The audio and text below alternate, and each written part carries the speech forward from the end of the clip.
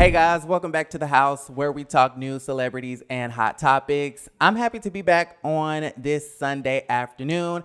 You guys, I just wanted to very quickly say thank you to all the sweet messages that you guys left on yesterday's video. I kind of did like a little story time on the accident, so I appreciate it. But on today's video, of course, we have to talk about the Real Housewives of Atlanta. We have a Linnethia update, okay? She is on Instagram and she's giving us an update on how she's doing. You guys know that her husband, Greg Leaks, has passed from colon cancer. And, we need to lift her up with positive energy. So I wanted to very quickly just relay the message that Nene had on Instagram. She said, I have good days and bad days. They say it's normal. So some days I'm up, some days I'm down. Today, I felt like going to the salon. I normally don't go to the salon. I usually let people come to my house, okay? But I actually sat in the salon with other women, and it was good to be around other people.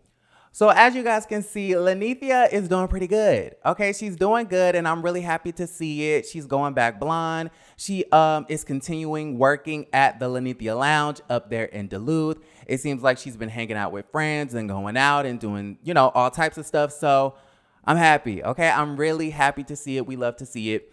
I know a lot of people on social media are kind of confused at the situation because I've heard some people saying that Linnethia is not grieving enough for them.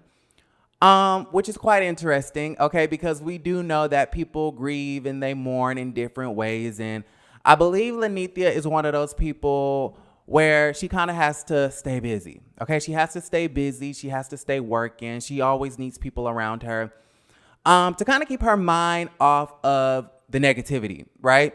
And so I say don't judge her, okay? Don't judge the woman, not yet, okay? Don't judge her yet. Because she's probably deep down inside still going through it, but just needs to stay active. So shout out to Nene. Okay, we love her. Definitely send her some positive vibes in the comments down below. But you guys, what I thought was super interesting was Cynthia Bailey. Okay, Cynthia Bailey was caught at the Linnethia Lounge, and I'll go ahead and put up the video. Y'all, I was kind of shook at the situation because remember a couple of weeks ago, maybe like 2 weeks ago, when they had Greg's memorial up there at the Linnethia Lounge.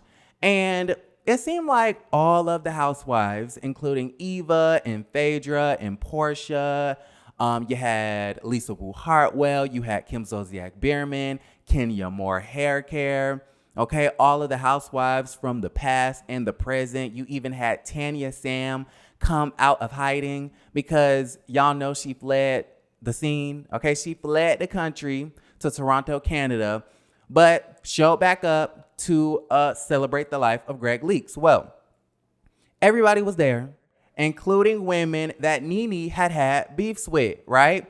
But that didn't stop nobody, okay? Because when someone passed, you put the pettiness behind you and you come together. Well, you guys, to everybody's surprise, the only people that did not show up to the memorial was Kandi Burruss Tucker, which she had like an event to do with Escape. So that was okay. Okay, you get a pass, Kandi.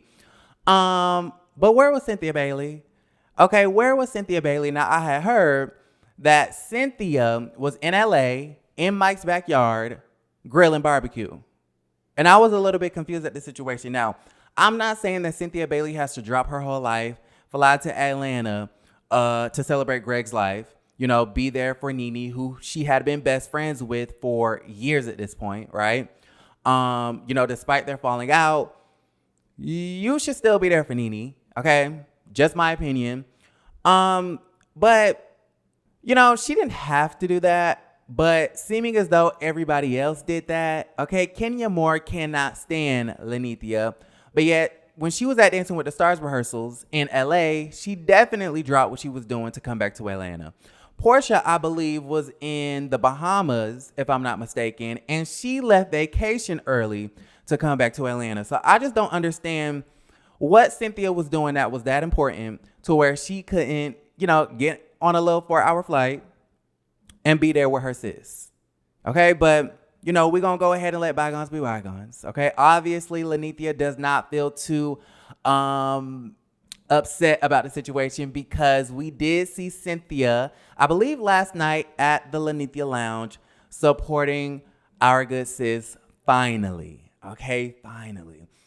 I don't know what's going on with Cynthia. Okay, she's probably been in hiding. Maybe she's embarrassed because the news is out that she's been fired from the Housewives, but that is not an excuse not to be there for your so-called best friend. I mean, I'm just saying. So y'all definitely got to let me know how y'all feel about that in the comments down below. In this video also, we get Marlo Hampton, who I believe was at the lounge. And y'all, she looks fabulous. Okay, Marlo looked so good. Linnethia looked amazing. Cynthia looked beautiful. Everybody looked great. And I'm just glad that Cynthia finally made time to support her former best friend. All right, you guys. So before we log off, of course, I have to very quickly give you guys an update on Miss Wendy Williams. So remember about a week or two, the show came out and basically said that Wendy was going to be canceling her promotional activities because she was undergoing these further health evaluations, right? And we were all confused because we was like, what does that mean? Okay, what are these further evaluations? But later on, a couple of days ago, the Wendy Williams show came out and said that Auntie Wendy had a breakthrough case of COVID, which basically means that she was vaccinated. Even though a lot of y'all were saying that Wendy said that she would never get vaccinated. Okay. That was probably a production mandate from Deadmar and Mercury, but it is what it is. But allegedly she has COVID and she was admitted to the hospital or something like that. Then about 2 days ago, we found out that she voluntarily went to the mental hospital, the mental institution, to get checked out.